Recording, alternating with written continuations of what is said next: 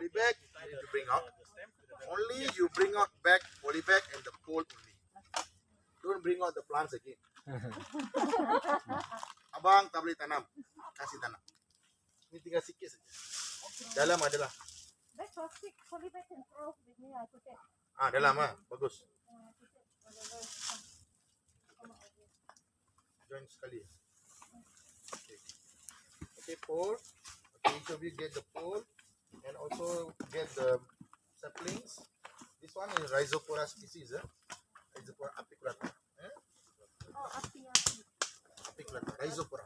Rhizopora retroblack. Api-api different. Pokok bakau minyak.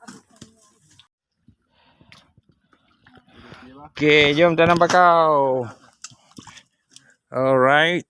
Tak nak sangkut jalan itik bang. Kita tengok. Kan. Tengok kan. Okay. Ini laluan nak ke tempat penanaman bakau selepas 2 tahun. Tengok kasut saya. Nampak tak ramai orang tanam tu? Nak tanam bakau datanglah ni Kuala Selangor. Kuala Selangor Nature Park. Sini pun ada dekat. Oh, alright. Yes. Oh yeah.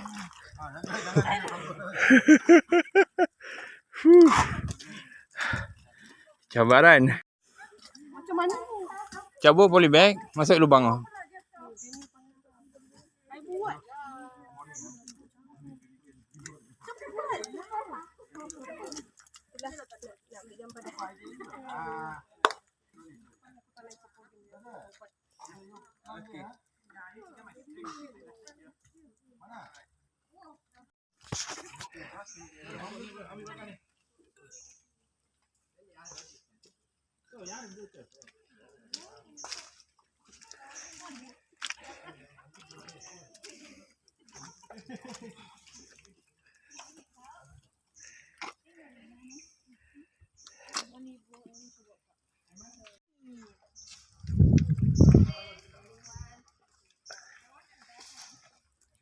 Dah banyak kali lah kena ni. Buatlah sama-sama.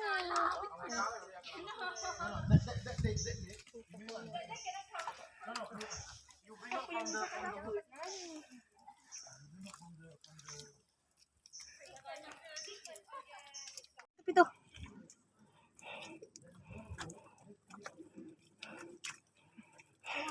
Ada yang Yang ni dia kena tanah dalam lagi kan? kira tu. Lagi sikit. Kira madi, let's go. Bini korang ada tanam pokok? Apa? Kau aku delete. Tak ada kan? Nampak cakap ni letak kat luar sini. Bagi-bagi semua letak dia cakap sini. Lemak. Alah, yang ni tak baik lah. Orang santau kan. Siapa nak post kau? Ni post aku punya. Kira abang kau bang? Tak ada. Aku nak bagi tahu lah. Sebenarnya Sazali ni pelakon lebih. Masuk di YouTube ni. Memang lah. Pelakon. Banyak lagi. Banyak lagi.